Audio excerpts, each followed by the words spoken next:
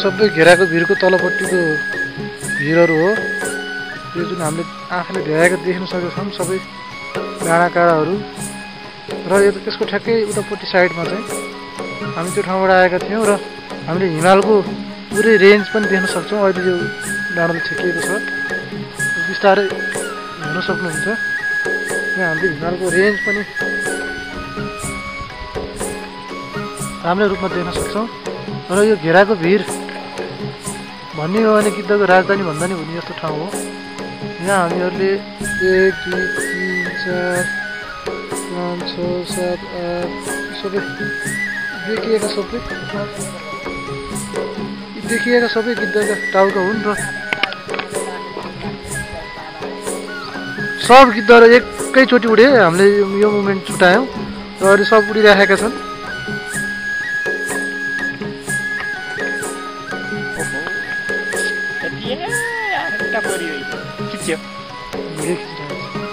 यो चाहिँ तपाईँहरू गिद्ध देख्न सक्नुहुन्छ। घेराको भिर हो। यहाँ सेतो सेतो देखिएको भाग सबै गिद्धको गुणहरू भएको भाग हो र हामी पनि भिरमै बसिरहेका छौँ। र मसँग हुनुहुन्छ हाम्रा वरिष्ठ प्राणीशास्त्र विभागका वरिष्ठ नवल चल्दवल्द रिसर्चर केपी भुषाल। सर तपाईँ के छ राखेको यसमा? उडिरहेको हामी अत्यन्तै कठिन छ। यो पहाडको यो स्लोप एकदम सिधा छ र हामी त्यसको ठ्याक्कै छेउछेउबाट पुग्दाखेरि थुप्रै गिद्धहरू हामीले गिद्धका गुँडहरू र उनका बच्चाहरू देख्न पाएका थियौँ। हामी दुखी छौँ, तर पनि यो जुन हामीले हेरिरहेका छौँ वारिपारिबाट लोकेसन दूरबिनको प्रयोगबाट त्यो हेर्दाखेरि यो गिद्धको थुप्रै नेस्टिङ हेबिट्याट भएको हामीले सहजै अनुमान गर्न सक्छौँ।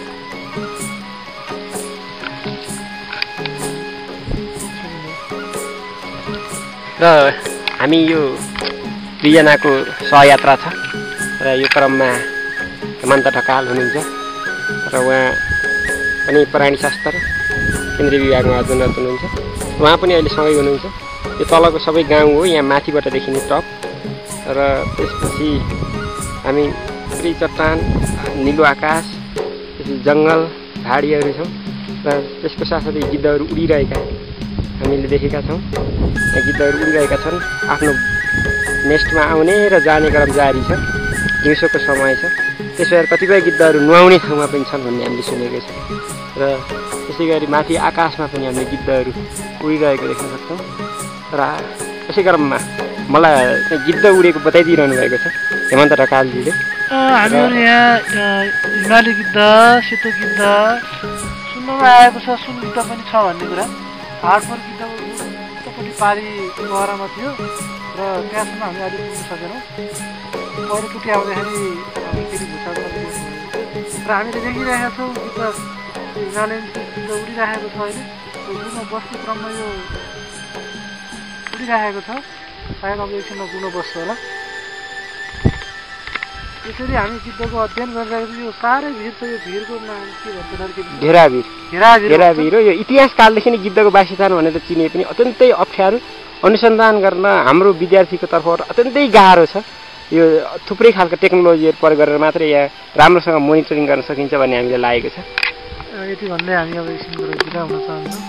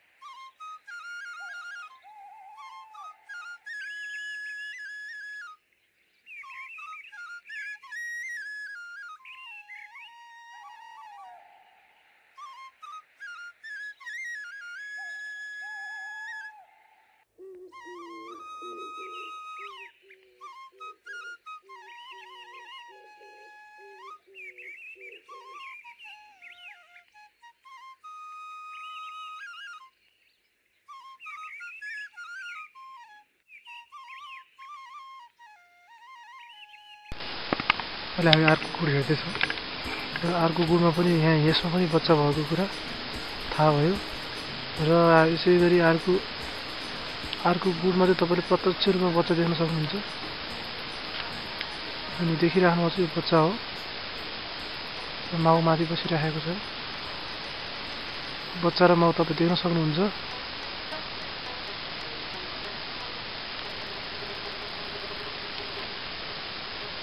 माउले आफ्नो बच्चालाई तुरिरहेको छ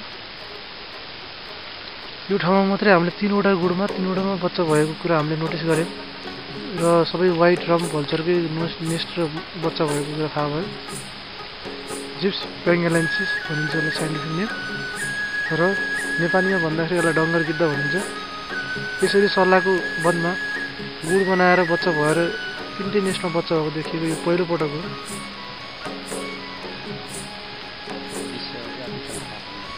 विश्वमा अति सङ्कटापन्न अर्थात् क्रिटिकली इन्डेन्जरमा परेको लिस्टमा परेको आइसिएन लिस्टमा राखेको यो चरा यो भल्चर हो त्यसैले यसलाई हामीले बढी महत्त्वका साथ ध्यानपूर्वक अवलोकन गरिरहेका छौँ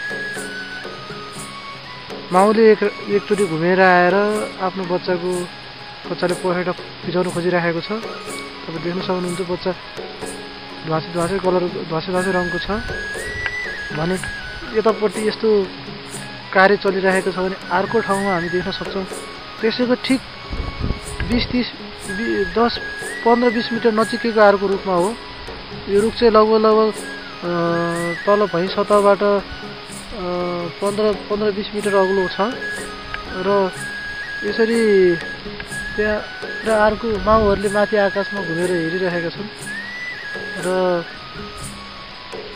त्यहाँ पनि त्यसले आफ्नो बच्चालाई सुमसुमाइरहेको छ र टाउको उचालेर बच्चाको पखेटा हल्लेको तपाईँ देख्न सक्नुहुन्छ त्यहाँ प्रत्यक्ष रूपमा हामी प्रत्यक्ष रूपमा यो ठाउँबाट तपाईँलाई देखाइरहेका छौँ र एउटा भल्चर आएर यो हाँगामा माथि बसेर हाँगामा बसेको छ देख्न सक्नुहुन्छ म तपाईँलाई प्रत्यक्ष रूपमा देखाउँछु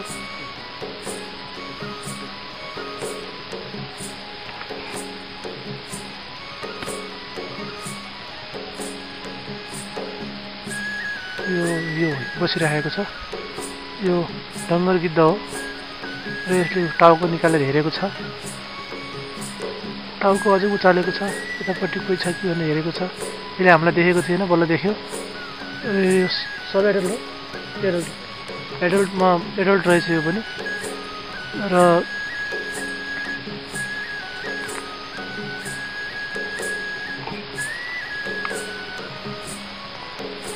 उड्नु प्रयासमा हेरिरहेको छ यताउता